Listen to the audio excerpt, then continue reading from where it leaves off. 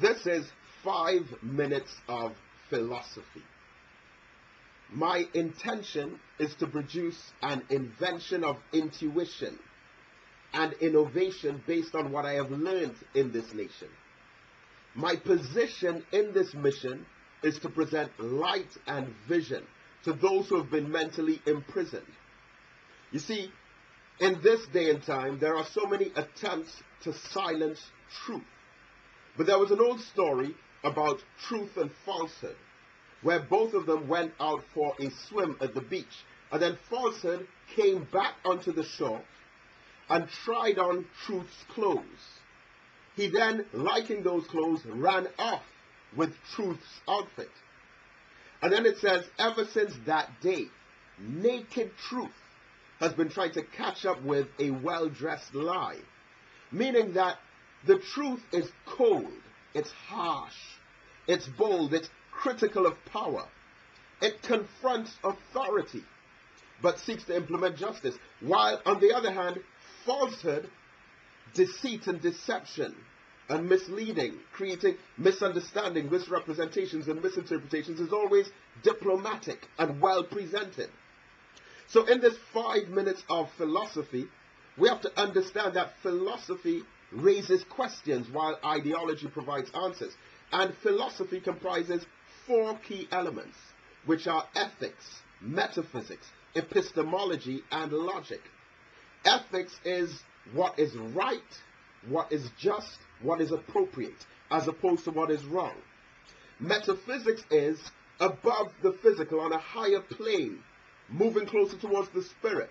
Meta meaning above, physical meaning material. So metaphysical understanding is one that is above the ordinary level of comprehension. Then you have epistemology, which raises questions as to what appropriate knowledge is. And finally, logic is based on the idea of reason and calculating sensible, rational, reasonable proposals and suggestions as to what should be implemented. So these 4 elements of philosophy, ethics, metaphysics, epistemology, and logic, provide the foundation of another branch of philosophy that is called realism.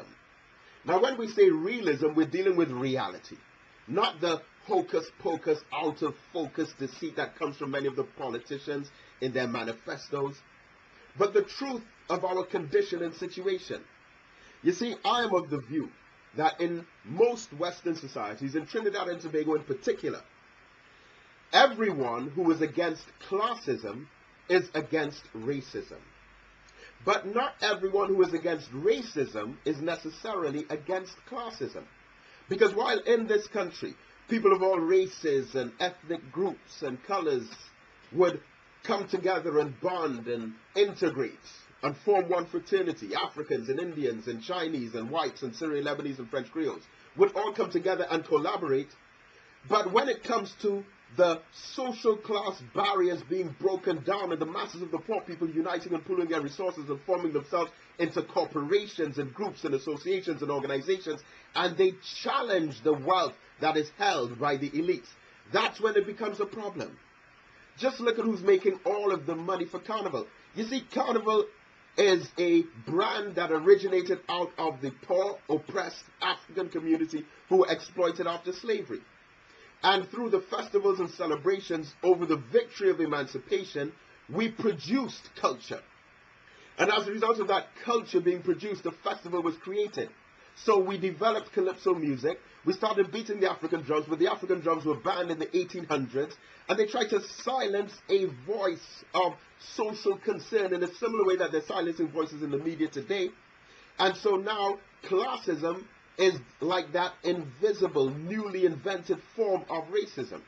Now, when it comes to racism, you have so many different kinds of it. You have bigotry, you have intolerance, you have segregation, you have xenophobia, you have prejudice, you have social stratification. But the kind of racism that is most dominant today is institutionalized racism, where it's become part of the system itself, and it's so difficult to detect because no one is mindfully practicing it, but it is manifesting itself everywhere, and even people who may be perceived to be innocent are sustaining and perpetuating it. So this is 5 minutes of philosophy looking at racism and classism in Trinidad and Tobago and in Western societies in general.